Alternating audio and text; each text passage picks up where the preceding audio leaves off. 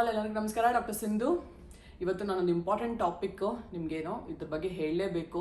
ಯಾಕೆಂದರೆ ರೀಸೆಂಟಾಗಿ ನನ್ನ ಕ್ಲಿನಿಕಲ್ಲಿ ಒಂದು ಇನ್ಸಿಡೆಂಟ್ ನಡೀತಾ. ಆ್ಯಕ್ಚುಲಿ ಒಬ್ಬರು ಪ್ರೆಗ್ನೆಂಟ್ ಆಗಿದ್ರು. So she didn't know. ಯಾಕೆಂದರೆ ಅವ್ರಿಗೆ ಪಾಲಿಸಿಸ್ಟಿಕ್ ಓವರೀಸ್ ಇತ್ತು. ಸೊ ಪಾಲಿಸಿಸ್ಟಿಕ್ ಓವರೀಸ್ ಇರೋರಿಗೆ ಯಾವಾಗ್ಲೂ ಪೀರಿಯಡ್ಸ್ ಇರ್ರೆಗ್ಯುಲರ್ ಆಗೇ ಬರುತ್ತೆ ಅಲ್ವಾ. ಸೊ ಅವ್ರಿಗೆ ಮಂತ್ಲಿ ಓವ್ಯುಲೇಷನ್ ನಡೀತಾ ಇರಲ್ಲ. ಹಾಗಾಗಿ ಅವರು ಅನ್ಕೊಬಿಡ್ತಾರೆ, ಓಕೆ ನಮಗೆ ಪ್ರೆಗ್ನೆನ್ಸಿ ಆಗೋ ಚಾನ್ಸೇ ಇಲ್ಲ, ಯಾಕಂದರೆ ಪೀರಿಯಡ್ಸೇ ರೆಗ್ಯುಲರ್ ಆಗಿ ಬರ್ತಾ ಇಲ್ಲ ಅಂತ ಹೇಳಿಬಿಟ್ಟು. ಆದರೆ ಈ ಪರ್ಟಿಕ್ಯುಲರ್ ಪೇಷಂಟ್ ಬಂದು ಅವ್ರಿಗೆ once in every 2 to 3 months ಅಷ್ಟೇ ಪೀರಿಯಡ್ಸ್ ಆಗ್ತಾ ಇದ್ದಿತ್ತು. ಸೊ ಹಾಗಾಗಿ ಏನಾಯಿತು, ಸೊ 2 to 3 monthsವರೆಗೂ ಎವ್ರಿ ಡೇ ಯಾವಾಗಲೂ ಅವರು ಅದ್ರ ಬಗ್ಗೆ ತಲೆನೇ ಕೆಡಿಸ್ಕೊಳಕ್ಕೆ ಹೋಗ್ತಿರ್ಲಿಲ್ಲ. ಸೊ ಬಿಕಾಸ್ ಅವ್ರು ತುಂಬ ಪ್ರೆಗ್ನೆನ್ಸಿಗೋಸ್ಕರ ಟ್ರೈ ಮಾಡ್ತಾ ಇದ್ರು. ತುಂಬ ವಿಗರಸ್ ಎಕ್ಸಸೈಸ್ ಮಾಡಿಕೊಂಡು ತುಂಬ ಲೋ ಕ್ಯಾಲರಿ ಡಯಟ್ ಹೋಗಿ she was trying to lose weight ಈ ಪ್ರೋಸೆಸ್ಸಲ್ಲಿ. ಸೊ ಇನ್ ಬಿಟ್ವೀನ್ ಏನಾಗಿದೆ, ನೀವು ಎಕ್ಸಸೈಸ್ ಎಲ್ಲ ಮಾಡಿಕೊಂಡು ನೀವು ಡಯಟ್ ಎಲ್ಲ ಮಾಡ್ತಿರ್ಬೇಕಾದ್ರೆ ನಿಮ್ಮ ಬಾಡಿ ಬಂದು ಸ್ವಲ್ಪ ಚೇಂಜ್ ಆಗುತ್ತೆ ಅಲ್ವಾ. ಆ ಟೈಮಲ್ಲಿ ನಿಮಗೆ ಓವ್ಯುಲೇಷನ್ ಆಗ್ಬೋದು. ಓಕೆ, ಅದನ್ನು ನಾವುಗೆ ಟ್ರ್ಯಾಕ್ ಮಾಡೋಕ್ಕಾಗಲ್ಲ ಅಷ್ಟೇ ಪಾಲಿಸಿಸ್ಟಿಕ್ ಓವರೀಸಲ್ಲಿ. ಸೊ ಆ ಥರ ಓವ್ಯುಲೇಷನ್ ಆಗಿ ಪೇಷಂಟ್ ಕನ್ಸೀವ್ ಆಗಿದ್ದಾರೆ. ಸೊ ಪೇಷಂಟ್ ಕನ್ಸೀವ್ ಆಗಿ ಸೊ ಅದಾದ್ಮೇಲಿಂದ ಅದು ಮಿಸ್ಕ್ಯಾರೇಜ್ ಕೂಡ ಆಗೋಯ್ತು. ಸೊ ಮೇನ್ ರೀಸನ್ ಬಂದು ಬೇರೆನೇ ಇರ್ಬೋದು ಮಿಸ್ಕ್ಯಾರೇಜ್ಗೆ. ಬಟ್ ಸ್ಟಿಲ್ ಏನಾದರೂ ಅವ್ರಿಗೆ ಪ್ರೆಗ್ನೆಂಟ್ ಆಗಿದ್ದೀವಿ ಅಂತ ಗೊತ್ತಿದ್ದಿದ್ರೆ ಸೊ ಆ ಥರ ಅವರು ತುಂಬ ಜಾಸ್ತಿ ವಿಗರಸ್ ಎಕ್ಸಸೈಸ್ ಆ ಥರ ಎಲ್ಲ ಏನೂ ಮಾಡೋಕ್ಕೆ ಹೋಗ್ತಿರ್ಲಿಲ್ಲ ಅಲ್ವಾ. ಸೊ ನನ್ನ ಪಾಯಿಂಟ್ ಬಂದು ಇಲ್ಲಿ ಎಕ್ಸಸೈಸ್ ಮಾಡಬಾರ್ದು ಅಂತೇನಲ್ಲ. ಖಂಡಿತ ನೀವು ಎಕ್ಸಸೈಸ್ ಮಾಡಿ, ಎಷ್ಟೇ ವಿಗರಸ್ ಎಕ್ಸಸೈಸ್ ಮಾಡಿದ್ರು ಏನೂ ಆಗಲ್ಲ.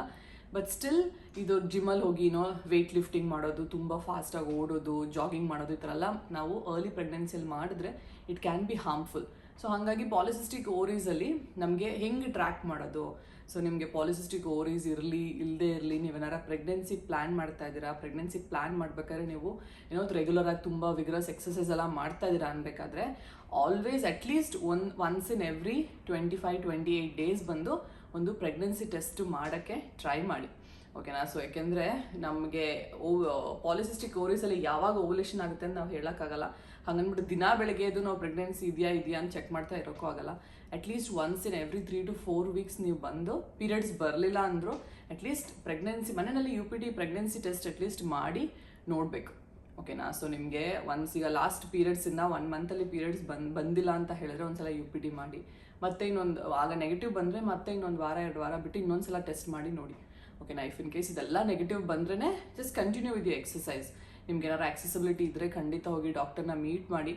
ಸೊ ಯಾಕೆಂತ ಹೇಳಿದ್ರೆ ನಮ್ಮ ಈ ಸಿಚುಯೇಷನಲ್ಲಿ ತುಂಬ ಜನ ಡಾಕ್ಟರ್ ಫಾಲೋ ಅಪ್ ಬಿಟ್ಬಿಡ್ತಾರೆ. ಟ್ರೀಟ್ಮೆಂಟ್ ತೊಗೊಳ್ತಿದ್ದೀವಿ, ಸೊ ಡಾಕ್ಟರ್ ನಿಮ್ಗೆ ಏನಾದ್ರು ವೆಯ್ಟ್ ಲಾಸ್ ಮಾಡಬೇಕು ಅಂತ ಹೇಳಿದ್ರೆ ಫುಲ್ ಕಾನ್ಸಂಟ್ರೇಷನ್ ನೀವು ವೆಯ್ಟ್ ಲಾಸ್ ಮೇಲೆ ಇಟ್ಟಿರ್ತಾರೆ. ಅದ್ರ ಜೊತೆಗೆ ಅವರು ಇಂಟರ್ಕೋರ್ಸ್ ಎಲ್ಲ ಮಾಡ್ತಾನೆ ಇರ್ತಾರೆ. ಸೊ ನಮ್ಮ ಪಾಲಿಸಿಸ್ಟಿಕ್ ಓವರೀಸಲ್ಲಿ ಅದೊಂದೇ ಪ್ರಾಬ್ಲಮ್. ಓವ್ಯುಲೇಷನ್ ಖಂಡಿತ ಆಗುತ್ತೆ, ಬಟ್ ಅದು ಯಾವಾಗ ಆಗುತ್ತೆ ಅಂತ ನಮ್ಮ ಕೈಲಿ ಹೇಳೋಕ್ಕಾಗಲ್ಲ.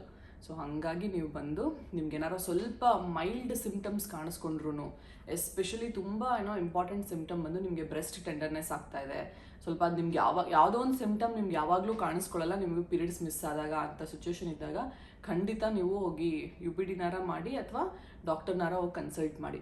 ಸೊ ಪ್ರೆಗ್ನೆನ್ಸಿ ಫಾರ್ಮ್ ಆಗಿ ಕೂಡ ಈ ಥರ ತುಂಬ ಜಾಸ್ತಿ ವೆಯ್ಟ್ ಲಿಫ್ಟ್ ಮಾಡಿ ಎಕ್ಸಸೈಸ್ ಮಾಡಿ ನೀವು ಪ್ರೆಗ್ನೆನ್ಸಿಗೆ ನಿಮ್ಮ ಕಡೆಯಿಂದ ನೀವು ಹಾರ್ಮ್ ಮಾಡೋಂಗೆ ಆಗಬಾರ್ದು. ನಿಮ್ಗೆ ಯಾವುದೇ ಒಂದು ವಿಯರ್ಡ್ ಸಿಮ್ಟಮ್ ಕಾಣಿಸ್ಕೊಂಡ್ರು, ಲೈಕ್ ಬ್ರೆಸ್ಟ್ ಟೆಂಡರ್ನೆಸ್ ಬರ್ತಾ ಇದೆ ಆ ಥರ ಏನಾರು ಆಯಿತು, ಇಲ್ಲಾಂದರೆ ನಾಸಿಯಾ ವಾಮಿಟಿಂಗ್ ಥರ ಏನಾದ್ರು ಬರ್ತಾ ಇದೆ, ಸೊ ಅದನ್ನು ನೀವು ಇಗ್ನೋರ್ ಮಾಡಬೇಡಿ. ಸೊ ಇಟ್ಸ್ ಓಕೆ, ಯಾವುದೇ ಒಂದು ಸಿಮ್ಟಮ್ ಇದ್ದರೂ ನಿಮಗೆ ಓಕೆ ಇದೆಲ್ಲ ನಾನು ನಾರ್ಮಲಾಗಿ ಇದು ಆಗಲ್ಲ, ಹಿಂಗೆ ಆಗ್ತಾ ಇದೆ ಅಂತ ಹೇಳಿದ್ರೆ ಒಂದ್ಸಲ ಡಾಕ್ಟರ್ನೋಗಿ ಕನ್ಸಲ್ಟ್ ಮಾಡಿದ್ರಲ್ಲಿ ಏನೂ ತಪ್ಪೇ ಇಲ್ಲ ಅಲ್ವಾ. ಸೊ ಪ್ರೆಗ್ನೆನ್ಸಿ ಆಗಬೇಕು ಅಂತ ತುಂಬ ಕಷ್ಟಪಡ್ತಿದ್ದೀರಾ. ಸೊ ಆ ಥರ ಇರಬೇಕಾದ್ರೆ you should try to be very vigilant. ಅಂದರೆ ತುಂಬ ಕೇರ್ಫುಲ್ ಆಗಿರಬೇಕು. ನಿಮ್ಮ ಬಾಡಿಯಲ್ಲಿ ಏನೇನು ಚೇಂಜಸ್ ಆಗ್ತಾ ಇದೆ, ಎಸ್ಪೆಷಲಿ ನೀವು ಟ್ರೀಟ್ಮೆಂಟ್ ಅಂತ ಹೇಳಿದ್ರೆ ಮೆಡಿಸಿನ್ಸೇ ನಾನು ಹೇಳ್ತಾ ಇಲ್ಲ. ನೀವು ಓಕೆ ತುಂಬ ಜಾಸ್ತಿ ಒಬೀಸ್ ಇದ್ದೀರಾ, ನೀವು ತುಂಬ ಎಕ್ಸಸೈಸ್ ಹೊಸದಾಗಿ ಸ್ಟಾರ್ಟ್ ಮಾಡಿದ್ದೀರಾ, ಆ ಥರ ಮಾಡಿದಾಗ ನಿಮ್ಮ ಬಾಡಿ ಬಂದು ಡಿಫ್ರೆಂಟಾಗಿ ರೆಸ್ಪಾಂಡ್ ಮಾಡ್ಬೋದು. ಹಾಗಾಗಿ ನೀವು ಪ್ರೆಗ್ನೆನ್ಸಿ ಪ್ಲ್ಯಾನ್ ಮಾಡ್ತಿರ್ಬೇಕಾದ್ರೆ ತುಂಬ ರೆಗ್ಯುಲರಾಗಿ ಎಕ್ಸಸೈಸ್ ಮಾಡಿಕೊಂಡು ಫುಲ್ ಒಂದು ಸ್ಟ್ರಿಕ್ಟ್ ಡಯಟಲ್ಲಿ ಇರಬೇಕಾದ್ರೆ ನಿಮ್ಮ ಬಾಡಿ ವೆಯ್ಟ್ ಲಾಸ್ ಆಗುತ್ತಲ್ವಾ. ವೆಯ್ಟ್ ಲಾಸ್ ಆಗ್ತಿರ್ಬೇಕಾದ್ರೇ ನೀವು ಪ್ರೆಗ್ನೆಂಟ್ ಆಗೋ ಚಾನ್ಸಸ್ ಜಾಸ್ತಿ ಇರೋದು ನಿಮಗೆ, ಯಾಕೆಂದರೆ ನಿಮ್ಮ ಬಾಡಿ ಈಸ್ ಅಂಡರ್ಗೋಯಿಂಗ್ ಚೇಂಜಸ್ ಅಲ್ವಾ. ಸೊ ಈ ವಿಷಯದ ಬಗ್ಗೆ ನಿಮಗೆ ನಾನೊಂದು ಇನ್ಸೈಟ್ ಕೊಡಬೇಕು ಅಂತ ಅಂದ್ಕೊಂಡೆ. ಸೊ ಪಾಲಿಸಿಸ್ಟಿಕ್ ಓವರೀಸಲ್ಲಿ ನಮಗೆ ಓವ್ಯುಲೇಷನ್ ಟ್ರ್ಯಾಕ್ ಮಾಡೋದು ಕಷ್ಟ, ಬಟ್ ಇಟ್ಸ್ ನಾಟ್ ಇಂಪಾಸಿಬಲ್. ನಿಮ್ಮ ಬಾಡಿಯಲ್ಲಿ ಡೆಫಿನೆಟಾಗಿ ನಿಮ್ಮ ಬಾಡಿಯಲ್ಲಿ ಪ್ರೆಗ್ನೆನ್ಸಿ ಫಾರ್ಮ್ ಆದರೆ ಡೆಫಿನೆಟಾಗಿ ಏನಾದರೂ ಒಂದು ಸಿಮ್ಟಮ್ ಕಾಣಿಸ್ಕೊಳ್ಳುತ್ತೆ. ತುಂಬ ರೇರ್ ಆಗಿ ಯಾರಿಗೂ ಸಿಮ್ಟಮ್ಸ್ ಏನೂ ಕಾಣಿಸ್ಕೊಳ್ಳಲ್ಲ.